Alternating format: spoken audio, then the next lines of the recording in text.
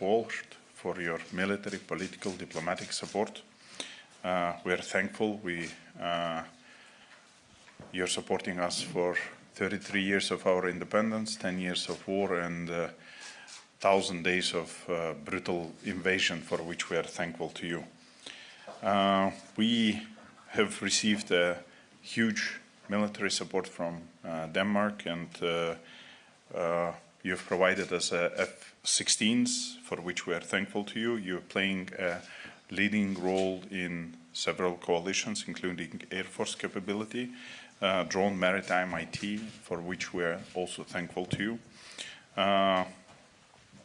We have started a super successful Danish model with the minister. It is known as a Danish model where Denmark and other partners can directly, when Minister of Defense concludes some agreement, can finance it or can repay if we spend money. And it became a very successful model for which we are thankful, and other countries already supported it. Especially we started with howitzers, now it's expanding to other products, and this is displays a role model. Today we also discussed with our colleagues the future potential and priorities for the next year. We also touched on the bilateral basis the needs, requirements, and for the 2025, we've outlined the security and operational situation on the battlefield. We're thankful for Denmark for inviting us for the Northern Group, which we discussed with other partners many topics in a very sincere, open, and concrete environment. And we have outlined our plans, and we're working together now to make that happen. So once again, I would like to thank Minister and Danish people for your support. Thank you. Yeah, tak. There's a question for you, Mr. Umеров. The night before yesterday, there was an attack on the Russian ground. Something was hit. Can you confirm that the Ukraine has got green light for using the American-made ATACMS missiles? Well, daily we are being hit by artillery shelling from the Russians, up to 30,000 shells per day. More than 100 different attacks, kamikaze attacks per day, more than 100 different types of missiles, hypersonic ballistics per day. So it's unfortunate daily life. We are trying to repel the enemy from our territory, and we're trying not to allow them to maneuver into our territory and to create the buffer zone. So we're working daily. It's a daily work to us, and in general, we are building our capabilities to defend our nation and to create deterrence measures, not to allow them to come closer. So at this stage, we're working on operational level daily to withstand our security and defense of our people. All right. So, as I understand you, you cannot and will not right now confirm that you have the green light for the American. Let's see. As I said, like we've been always saying that we ask our partners to take decisions. Whoever took their decisions, we appreciate it.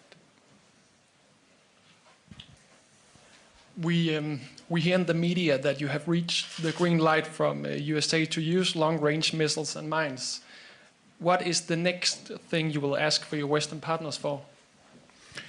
Look, we appreciate, as I just answered, like whatever decisions are taken by the capitals, we appreciate it. We didn't start this war. We are in 10th year of our war and 2.5 years of brutal invasion. Of course, our aspiration and desire to be a part of NATO, to be a part of European Union, and President Zelensky have outlined it in its victory plan, and it sends a direct, very firm signal. First, we want invitation to NATO. We have a defense package that we need to obtain to defend our land. We need a support from Western partners on deterrence package, not to allow the enemy to come closer to our alliance. We are saying that we have a nature resources and we are ready to cooperate with our partners, and we want to be a part of EU. So at this stage, I think the victory plan and President Zelensky peace formula answers all our steps very firmly. We need just decisions from your side. On the battlefield, the defense operations is going on, so we are creating additional brigades, and we need a support to equip them with equipment so that we would be able to continue defending our country. But Russia is receiving help from North Korean soldiers at the front. Can you continue to provide the soldiers that you are needed yourself? I think there is a huge propaganda on mobilization all the time, but we said that serving our nation is an honor to Ukrainians. We're trying to serve with dignity, with bravery, and we're continuing to form an operative and strategic reserves, not to allow the enemy to proceed further. At the moment, we see that the enemy increasing its resources, human resources. They're having a trouble. That's why they are recruiting a lot of people from other countries, including DPRK, and that sends a signal that they have a problem. What we are thinking that our partners should be very crucial on any support, any intervention of foreign power contingent coming to European continent. It's a very, we should be sending them a very strong signal. Thank you. Kasper Friis from Berlingske to Troels Lund. A Chinese ship is stopped in Kattegat, closely monitored by a Danish ship. Has Denmark ordered this ship to stop? I'll give some comments on that topic after this press meeting. Hello, from Reuters. For the Ukrainian minister, I have a question on whether Ukraine has used Storm Shadow missiles into Russia today, specifically into the Kursk region. Yeah.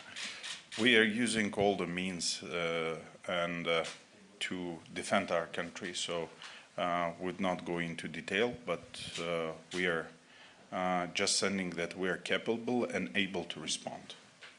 Okay, so you cannot. There is some media reports out saying that Storm Shadow missiles have been fired into Russian territory. So as I say, we're good planners. We plan and will be defending and giving punches back. Okay. With all the means available. Yes, thank you, Mr. Umerov. Can you elaborate a little about, or maybe confirm that the Danish economical help for your defense industry one day will make you able to conduct long-range strikes? I mean, long-range strikes with your own weapons, not American weapons, not British weapons, but Ukrainian-made weapons, long-range strikes into Russia. Look, I think as Europeans, and I always try to stress on it, we should have our European defense and security, and we have to take our own security first, including Ukraine. And we are we're defending all our united continent. At this stage, our priorities was to focus on formation of the strategic reserves, the brigades. Secondly, to invest in the capabilities like air defense, munitions, artillery, and we also prioritize the cooperation in between countries to increase our defense industry base that will also fit.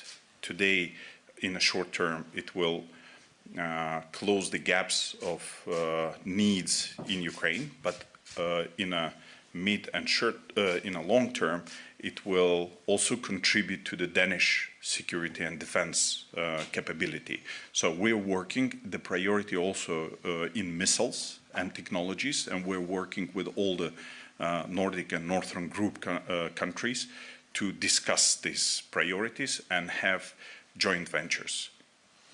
Okay, that's all for now. Thank you so much.